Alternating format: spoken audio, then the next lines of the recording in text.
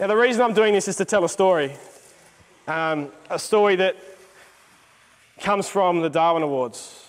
The two guys in question were on an oil rig. Bored, there's nothing to do out there. They're out there for weeks on end. One of them said to the other, I bet you I can hold dry ice in my mouth for a minute.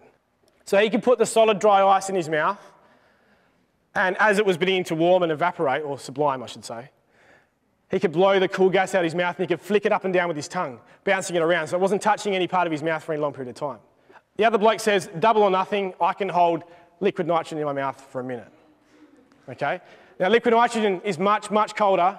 It's also a liquid, so liquids take the shape of their container. So it's sitting in the bottom of his mouth and he's just going, well, this hurts. So rather than lose the bet, what does he do?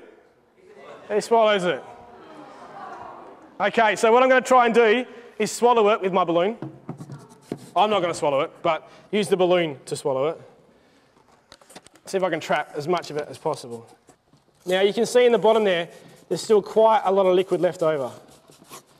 Yet the balloon is already inflated to that size. And you can still see I've got quite a lot of liquid at the bottom there. What I'm going to do now is perform a bit of a trick and try and put the liquid inside the balloon. So if I turn it like that, you can see it's inside the bottom there, okay? Can we all see the liquid forming at the bottom? Yeah?